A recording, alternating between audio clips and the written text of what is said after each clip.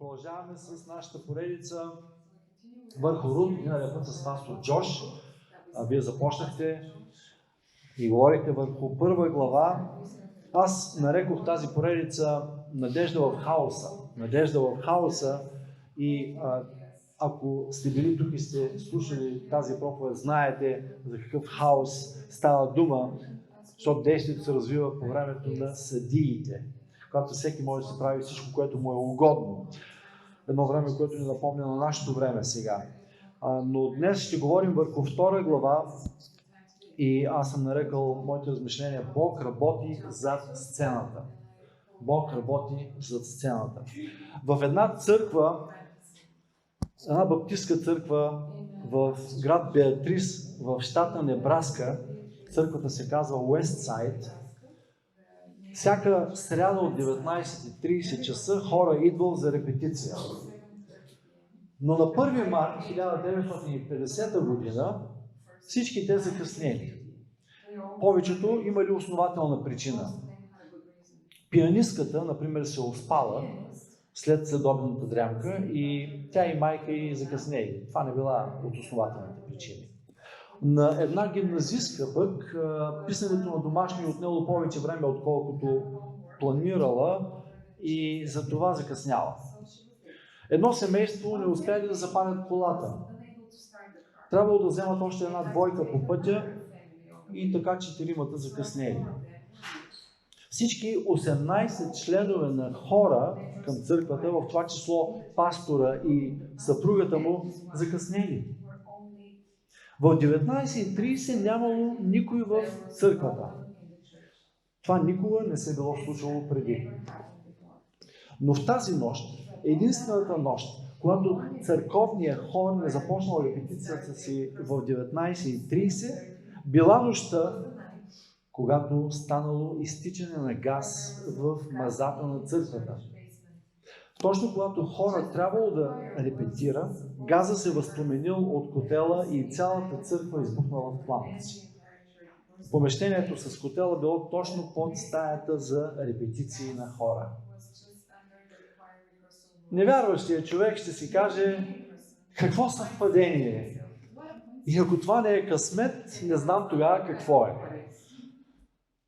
Спомняш ли си за случка в живота ти, когато различни събития така са се подреждали по невероятен начин, че всичко е изглеждало като късмет или като шанс? Помните ли си такива моменти във вашия живот? Много хора отдават всичко, включително чудесата в Библията, на някакъв късмет или изключителни съвпадения.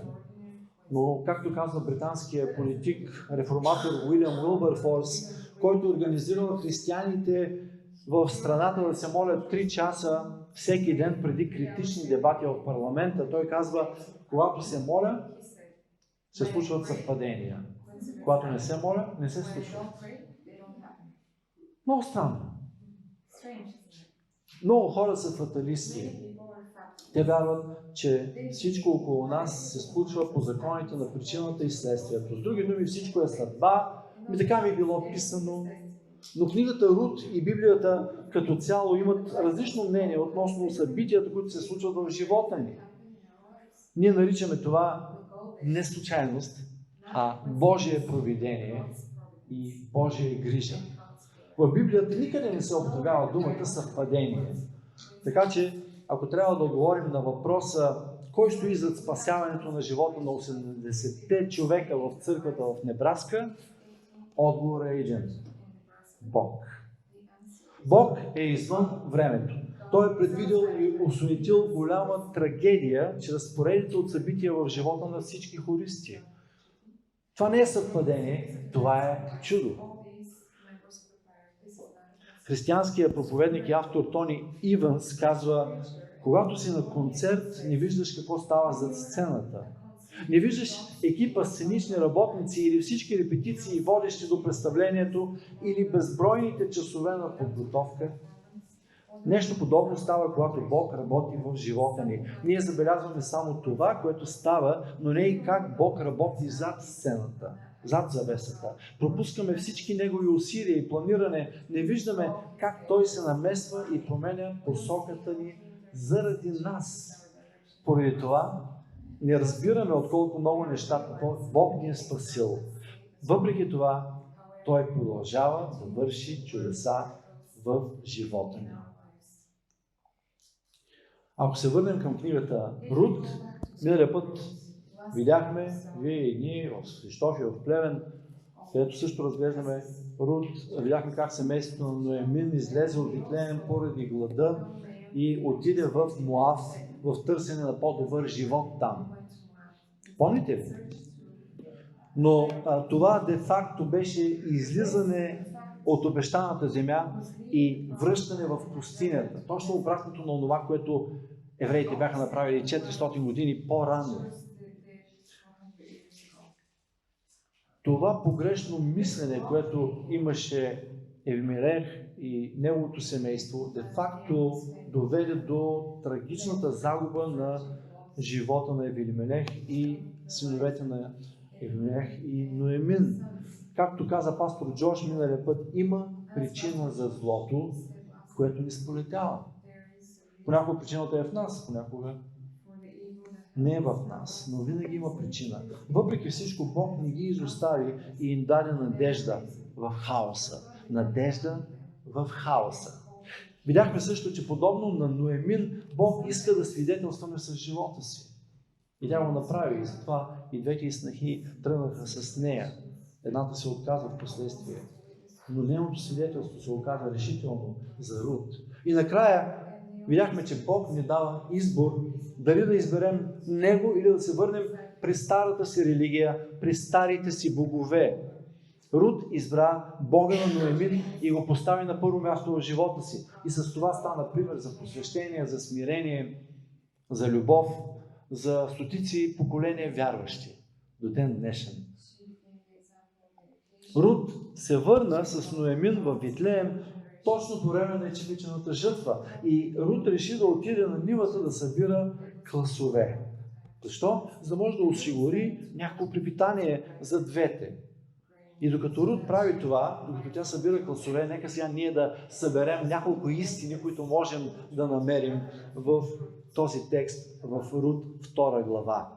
Господи, благодарим Ти за книгата Рут, благодарим Ти за Твоето Слово. То е Боговдъхновено, то е полезно за поука, за управление, за насърчение, за изобличение в правата, за да бъде Божия човек усъвършенстван, съвършено подготвен за всяко добро дело. Затова идваме сега при Твоето Слово и се молим, Господи, подготви ни за добрите дела, за които си ни създал, да бъдем тук на това място.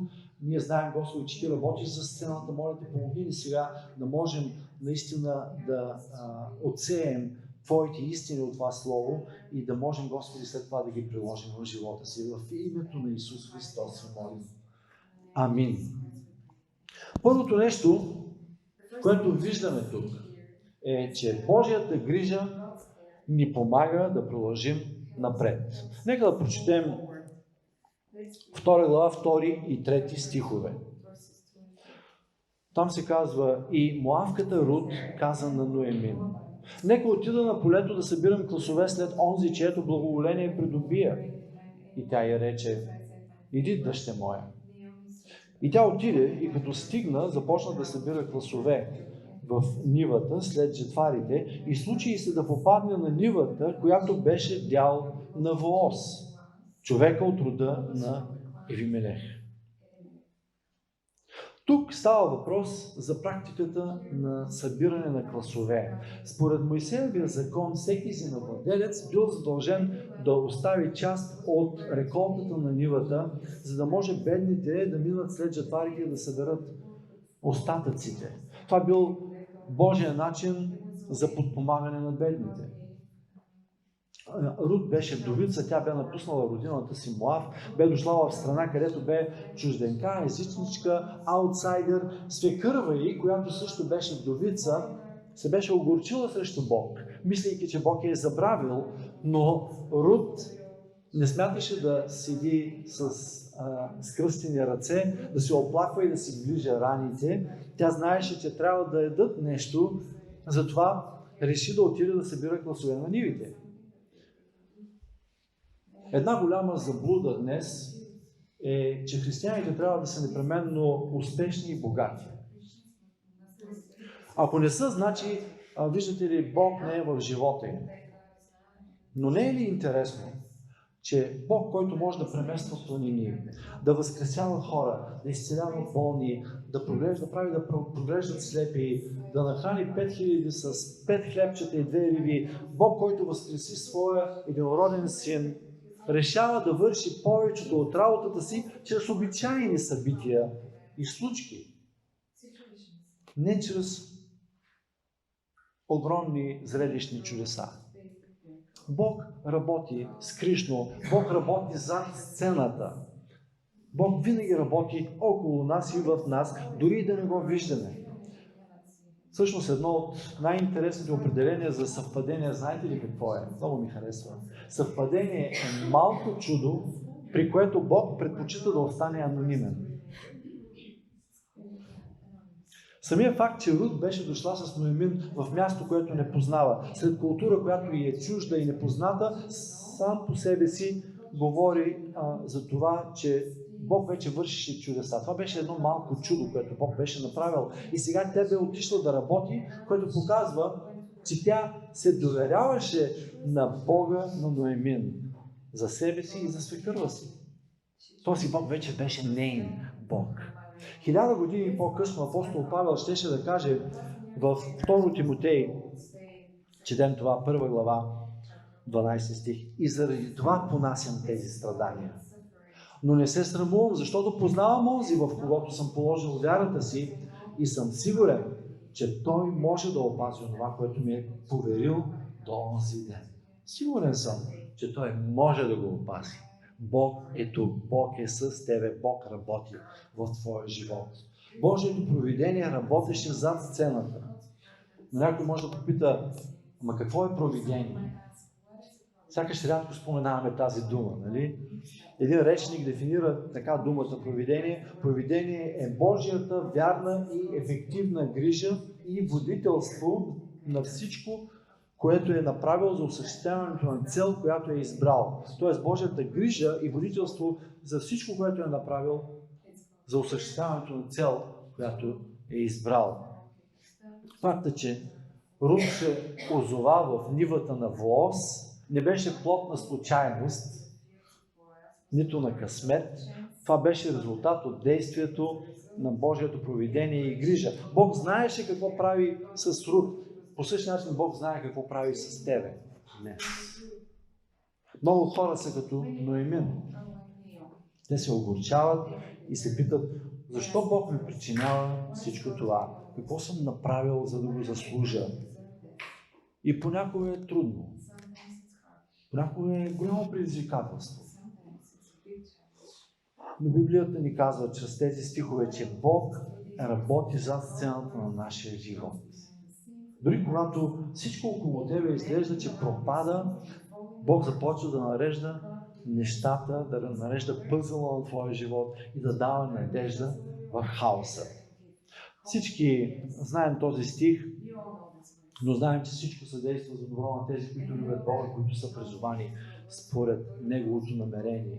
Всичко съдейства. Повечето хора се сблъскват с болести, безпаричие, смърт наблизък, трудности на работното място, самота. Павел не ни казва, че като следваме Христос, няма да преминаваме през страдания и през болка. Смисъла на стиха тук е, че Бог ни уверява в своето присъствие именно поради бурите и в бурите, посред бурите на живота. Всичко съдейства, включително бурите, за добро на тези, които любят Бога. И когато знаеш и разбираш, че Бог е с теб в твоята житейска ситуация днес, тогава можеш да видиш Неговата грижа и това ти дава сила да продължиш напред. Божията грижа ти помага да продължиш. Това е първото нещо, което виждам в текста. Второ, Божията грижа ни позволява да се грижим за другите. Не само да продължим напред ние, но и да се грижим и за другите. Неверието ражда разочарование, а разочарованието зачела цинизъм. Някой е казал, не вярвам в това. След думите не вярвам в това, логично следва думите не ме интересува. Неверието винаги води до апатия, води до липса на интерес, липса на желание да помагаш, да си част от живота на хората. Днес живеем в свят, който много прилича на характеристиката на времето на съдиите и времето на Рут. Днес всеки прави каквото му се вижда угодно. Справка Съдии 21-25. И на фона на този духовен мрак виждаме яркия пример на двама души, които ни показват как можем да живеем под покрива на Божията грижа и провидение. Първият от тях е Вооз. Вооз, кой е Вооз? Той е сродник на Елимелех, на съпруга на Ноемин, и като такъв по закон трябваше да се погрижи за Рут. Той можеше просто да въздъхне дълбоко и с нежелание да я остави да събира гласове на нивата. Пак някой идва за помощ. Но Вооз беше различен. Той беше човек на честта. Той беше искрен и праведен. Вооз вярваше в Бога и той видя в това възможност да благодари на Бог. Да му благодари за неговата милостива грижа в живота му. И в 4 стих четем: И ето, Вооз дойде от Витлеем и казва на жетварите: Господ с вас. И те му отговориха: Господ да те благослови. Вооз беше добър човек, той беше вярващ човек и това личи от поздрава му към работниците му. Той каза: Господ с вас. Да сте чували някой работодател да ви поздрави с думите Господ с вас? Усмивки. Виждам усмивки. В Англия. Значи трябва да работим, поне да станем на нивото на Англия. Макар че и те вече отстъпват от вярата. Да, повечето от вас се усмихнаха, защото усмивките бяха доста красноречиви. Това ми говори, какво говориш, нали? Това е невъзможно. Някои от вас сигурно си мислят: какво? Да ми каже Господ с вас. Знаеш ли колко е ужасен шефа ми? Това е последното нещо, което ще го дойде на ум. Аз не знам дали е невъзможно някои от нашите български шефове да започнат така да поздравяват своите работници, но познавам християни, които са извоювали във фирмата си да започнат работния ден с молитва. Фирмата, в която работят. Има такива българи християни в България. И колко различна би била атмосферата, помислете, ако повече фирми, повече компании започваха деня с така, с молитва. Представяте ли си? И това зависи и от нас. Дори да не сме шефове все още. Дай Боже, от тук да излязат и работодатели и шефове на фирми.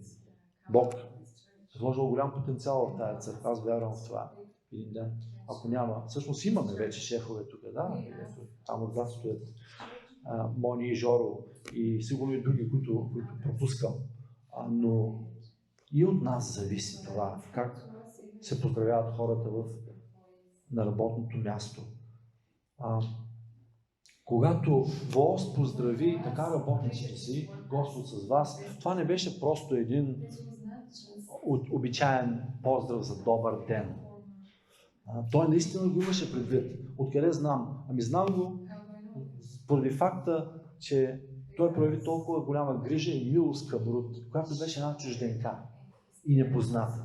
Вижте, първо, той ѝ позволи да събира не само останалите неоженати гласове, но и много повече. Може да видите в 15 и 16 стих се казва това. Това ни напомня, че Бог винаги снабдява нашите нужди. Той ни дава своята любов, не остатъци и обризки от нея. Вооз заръчва на момчетата също да не я закачат и разрешава да пие от стомните на неговите работници. Виждаме това в 9 стих. И той не спира до тук, но споделя дори обяда си с нея. Вижте, Това е написано в 14 стих. Безкористните грижи на ВОС ни напомнят за Бог, който ни пази от зло и се грижи за ежедневния ни хляб. Дай ни днес нашия ежедневен хляб. Това прави Бог за нас. Това правише Бооз за Рут. Бооз е благодарен на Бог за неговите грижи в неговия живот и на свой ред позволява на Бог да го използва, за да покаже грижа към Рут. Рут от своя страна е друг прекрасен пример за едно светило в мрака на онази епоха. Точно това ни съветва и апостол Павел в посланието на филипяните, като казва: за да бъдете безукорни и незлобливи, непорочни Божии чада сред опако и извратено поколение, между които блестите като светила на света. Безукорни и незлобливи, непорочни Божии чада, след това извратено поколение. След този мрак и вие блестите като светила на света. Как блестеше Рут в своето поколение? Как блестеше тя? Дайте да прочетем 14 и 18 стихове на 2 глава. Там се казва: и когато настана време за ядене, Бооз ѝ рече: ела тук, яш от хляба и натопи залъка си в оцета. И тя седна до жетварите, а той ѝ подаде пържена пшеница, та яде и се насити и остави нещо. И 18 стих: и като взе това, влезе в града и свекърва и видя колко гласове бе събрала. И Рут извадите и даде онова, което беше оставила, след като се бе наситила. Рут можеше егоистично да мисли само за себе си, след като, образно казано, тя беше ударила джакпота с Бооз. Можеше да забрави за огорчената си свекърва, може да се фокусира върху Бооз, върху нейния благодетел и да забрави дори коя е тя, че е просто един аутсайдер. Но нейната вяра в Бога ѝ помагаше всъщност да забрави егото си и да покаже любов към свекърва си Ноемин. Любов към нейната свекърва. Някой беше казал, че Адам и Ева били най-щастливите хора на света. Знаете ли защо? Защото не са имали свекърва и тъща. Рут обаче ни предизвиква да не следваме света, да не следваме моделите на света, културата, в която живеем, но да имаме любов към родителите на своя съпруг или съпруга. И нейните грижа, нейната любов към свекърва и не останаха скрити за Бооз. Ето какво казва Бооз в 11 и 12 стихове. А Бооз в отговори рече: казаха ми всичко, което си сторила на свекърва си след смъртта на мъжа си, и как си оставила баща си и майка си и родината си, да си дошла сред люде, които преди не си познавала. И Господ да ти отплати за делото ти и пълна награда да ти се даде от Господа Израилевия Бог, по чието криле си дошла да се подслониш. Амин. Виждаш ли грижата на Бог за теб? Виждаш ли грижата на Божието провидение в твоя живот? Ако да, тогава Бог иска да отидеш при онези, които са огорчени от живота си, и да им покажеш на свой ред внимание и грижа. Една неделна учителка разказвала историята за добрия самарянин на 4-5 годишни деца. И тя се опитала да предаде колкото може по-живо историята, за да задържи вниманието на децата. И попитала: ако видите човек да лежи на пътя в рани и в кръв, какво ще направите, деца? Едно малко момиченце казало: мисля, че ще повърна. Смешно, но и тъжно, защото нашето общество става все по-индивидуалистично, все по-цинично. И това, което децата чуват от родителите си, това и възпроизвеждат. Все повече хора възприемат отношението: какво ме е грижа мен? Или, ако трябва да използвам думите на Каин, все повече хора вдигат рамене и казват: пазач ли съм аз на брат си?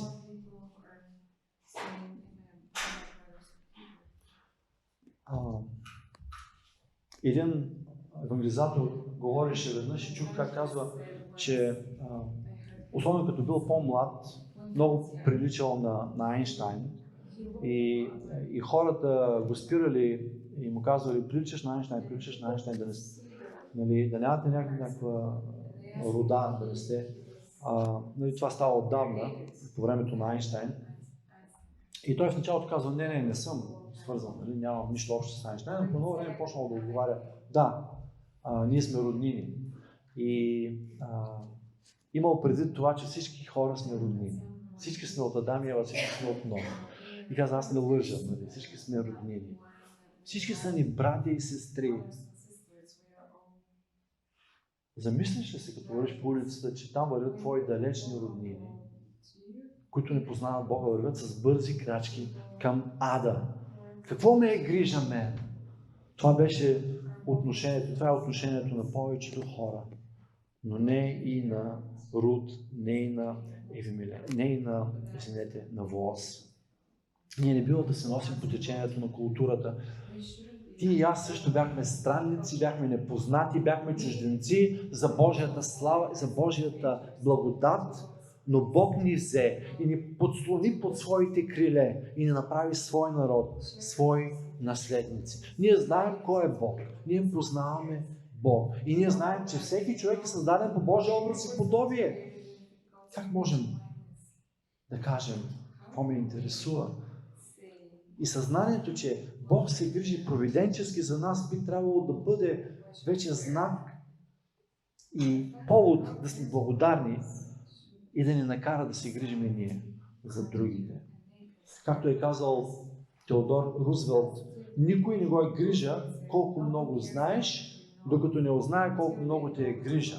Никой не се интересува колко си умен и колко много знания имаш натрупани. Хората се интересуват дали те е грижа. Никой не го е грижа колко много знаеш, докато не узнае колко много те е грижа. Добре, Божията грижа и Божието провидение ни помага да продължим напред. Казахме второ, Божията грижа ни помага и ние да се грижим на свой ред за другите и ни стимулира за това. На трето място, Божията грижа ни повелява, ни позволява да се смирим. Божията грижа ни позволява да се смирим. Ето какво казва Рут 2.10. И тя падна по лице, поклони се до земята и му каза, как придобих аз твоето благоволение, че ме забеляза? Мене, чужденката. Рут беше не само чужденка, тя беше Моавка. Кой беше народа на Моав? Моав беше един от народите, които отказаха на израелтяните да преминат с мир през земята им по пътя към обещаната земя. Царя на Моав, Балак, даже извика един пророк, гледач, Валаам, да произнесе проклятие върху Израел, за да може да ги победи. И първоначално Валаам отказа, но после се поблазни от предложената награда и отиде. И вместо да прокълне, той какво направи? 3 пъти ги благослови. Той благослови Израел, защото нямаше как да не ги благослови. И накрая пророкува, че Израел ще завладее Моав. Цар Валак не знаеше и не разбираше, че Бог всъщност работи зад сцената и помага на Израел. Той е на страната на Израел. И поради това противопоставяне, историческо противопоставяне на двата народа, Рут знаеше, че няма да я приемат с разтворени обятия, когато отиде в Витлеем. И въпреки произхода й, въпреки всичко това, че беше от Моав, тя рискува. Тя предприе този риск и отиде заедно с Ноемин. Повечето хора не разбират какво означава истински да си изпаднал в нужда, докато самите те не изпаднат в нужда. Нали? Така сме устроени някакси. Повечето не вярват в личностния, любящ Бог и отдават всички блага, всички неща, които се случват добри в живота им, на своите заслуги, на своите умения, на случайност, но не и на Бог. Но Рут знаеше, че всичко, което става в живота ѝ, тя дължи на Божията благодат, на действието на Божието провидение в живота ѝ. Затова тя падна по лице пред Вооз и с това демонстрира смирение. Демонстрира респект към добрината, която той показа. Нейният благодетел. Тя беше измъчена, беше гладна, беше самотна, затова неговия акт на състрадание и грижа дълбоко я трогна. И тук е момента всеки от нас да се запита: аз смирен човек ли съм? Това не е ли значи или да по-български? Аз смирен ли съм? Или съм се оставил света с неговите похоти да накара да охладне сърцето ми към бедните, към слабите, към неправданите? Дали не сме станали горди и арогантни? Дали, ако бяхме на мястото на Рут, нямаше да кажем: аз съм твоя роднина и по закон ти трябва да ме оставиш да събирам класове. Даже не можеш да ми казваш къде да събирам и къде не. Аз ще ходя където си искам. Аз съм бедна и ти си ми длъжник. Богат сноп такъв. Не, тя не каза това. Рут беше пример и е пример за нас. И това не е просто една красива история. Бог е включил в Библията тази книга за наше наставление и назидание. Прекарвал ли си време напоследък, паднал по лице пред Бога? Падал ли си по лице пред Бог в смирение? Неотдавна в стажанската програма, заедно с Митко Тодоров и Ивайло от Свищов, говорихме за дисциплината съзерцание. И автора на учебника, Ричард Фостър, там казва, че външната поза на тялото не само отразява вътрешните чувства, но тя може също така да помогне да се подхрани вътрешното отношение на молитва. Важна е позата пред Бога. Питам се, каква друга поза, освен прострян по лице, би подхождала най-много на един акт на смирение? Правил ли си го напоследък? Или това не се е случвало от времето, когато повярва и изповяда, че Исус Христос е твой Господ и че ти си странник и пришелец за Божията благодат? И когато осъзнаеш това, няма как смирено да не наведеш глава и да признаеш, че не можеш да направиш нищо без Него.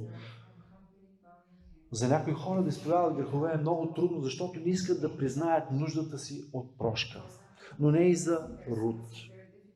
Ето отново втората част на 10 стих. Как придобих аз твоето благоволение, че ме забеляза мене, чужденката? Има ли нещо, което ти пречи да се смириш пред Бога? Автора Иван Болтс казва: човешката арогантност и гордост и желанието за себе утвърждаване често спират тези думи от устните, сърцата и умовете ни. Прости ни. Желанието за арогантност и гордост спират тези думи. Какво казва Яков? Вчера с мъжете говорихме точно за това. Смирявайте се пред Господа и Той ще ви привдига. Яков 4:10. А Рут рече: да придобия твоето благоволение, Господарю мой, понеже ти ме утеши. За много хора чудните неща в живота ни стават просто защото с плод на съвпадение, някакъв късмет, но ние знаем, че късмет няма. Божието провидение работи зад сцената и се грижи за нас. И в тази глава видяхме, че Божието провидение ни помага да продължим напред, когато се чувстваме слаби, самотни, изоставени от всички. То ни дава надежда в хаоса. Божието провидение ни дава сила да се грижим за другите, когато са изпаднали в нужда. И Божието провидение ни помага да се смирим пред нозете на нашия Спасител. По време на Втората световна война, американски изтребител бил ударен от германско ПВО точно по резервоарите за гориво. И въпреки това, те не експлодирали. На сутринта след нападението, пилотът отишъл при началника на смяна да вземе снаряда за спомен за невероятния късмет. И началника на смяна му казал, че не един, а 11 неексплодирали снаряда били попаднали в резервоарите. Само един от тях бил достатъчен, за да свали самолета. Снарядите били изпратени на оръжейниците, за да бъдат обезвредени. И когато отворили всеки от тях, вътре не открили експлозивен заряд. Били празни, с изключение на един. В него имало внимателно навито парче хартия. На хартията било написано нещо на чешки език. Когато намерили преводач, останали с отворена уста. На бележката пишало: това е всичко, което можем да направим за вас сега. Бог работи зад сцената. Той спаси американския пилот, спаси и членовете на хора в църквата в Небраска. И Той работи за сцената на твоя живот, за да те пази, да те води и да те благославя. Нека да се помолим. Благодаря ви, че слушахте това послание в YouTube. Вярвам, че то е било полезно за вашия духовен живот. Ще се радвам да се абонирате за YouTube канала ни. Ако кликнете върху камбанката, ще получавате известие при всяко качване на ново съдържание. Така ще можете да следите всичко, което публикуваме всяка седмица. Ако имате въпроси, ще се радваме да ни пишете. Можете да посетите нашия вебсайт varna.novjivot.com, за да се запознаете с предстоящите събития. А ако сте от Варна или сте в града ни, заповядайте на неделното ни богослужение от 11 часа на улица Братя Шкорпил. Ще се радвам да се запознаем и да бъдем заедно в Божието присъствие. Бог да ви благослови!